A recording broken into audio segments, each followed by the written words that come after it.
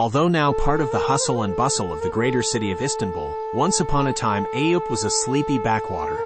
A small village famous for containing the final resting place of Eyüp, Job Ansari, standard-bearer to the Prophet Muhammad. For this reason, Eyüp is considered the third holiest site after Mecca, according to some Islamic scholars. In normal times it pulsates with people, but even in quieter moments there's a sense of wonder and joy in the streets, not found in other parts of Istanbul. It has an intimate charm due to the exquisitely maintained Eyüp Mosque, the Ansari tomb covered in marvelous Iznik tiles, a massive cemetery on the slopes below Pierre Lodi Café, and the gorgeous Valide Sultan Mikrisa complex. A mosque was first built here by Fatih Sultan Mehmet, aka Mehmet the Conqueror, in 1458, a mere 5 years after he conquered Istanbul. It was erected in honor of Ansari, but by the end of the 18th century had fallen into disrepair, likely due to the Great Earthquake of 1766. In 1800, a new mosque was built on the orders of Selim III. Only the minarets, a gift of Ahmet II, remain from the original structure. The mosque complex sits in a large outer square bathed in white light. I visited on a weekday, so it was full of mothers chatting to one another while calling out to their children, who were busy chasing pigeons and one another. I entered the inner courtyard through one of the 2 Baroque gateways and headed straight for the entry to Ansari's tomb. The space inside was awash with color, patterned carpets underfoot and tiles wherever I looked. Devout women stood with their hands raised, beseeching the divine for intervention. Pushing aside the heavy leather sheet covering the exit, I came out into another smaller square. It's here you'll find 2 huge plane trees growing on raised platforms.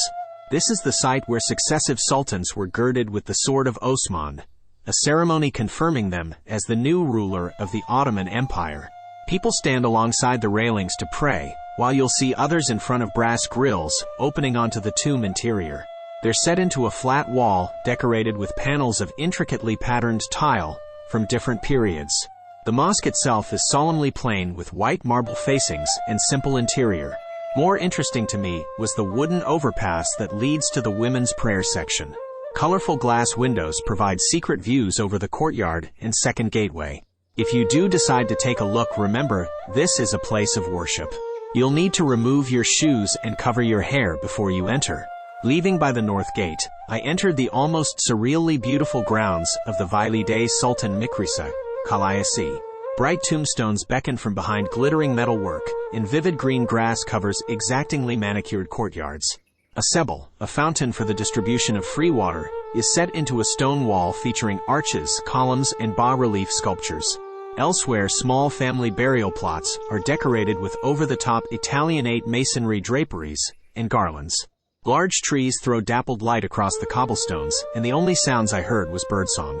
The Valide Sultan Mikrisa Kalayasi was built in 1794 in the Baroque style for the aforementioned Valide Sultan, mother of Selim II. Kaliye are social complexes, funded by Ottomans and these days by wealthy individuals or religious foundations, to provide for the social needs of the city's inhabitants.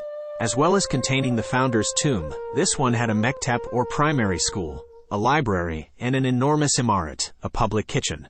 The kitchen is still in operation and serves up to 500 people daily.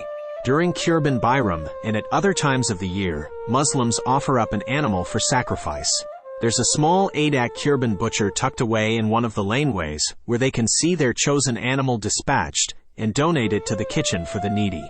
One of the things I really liked about my visit was wandering around the streets surrounding the mosque and Kaliye. The nearest ones remind you this is a place of pilgrimage.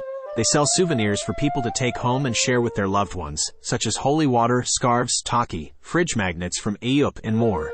A little further away, and the streets turn residential. Well-loved wooden houses provide homes for the living, while small cemetery plots give solace for the dead. It's easy to imagine what the area was like several hundred years ago, because in most of the places I looked, it seemed very little has changed. The most enjoyable and convenient way to get to Eyüp Sultan is to catch the T5 tramway from Sabali and get off at the Eyüp Sultan telepheric stop. Alternatively, immerse yourself with a guided tour.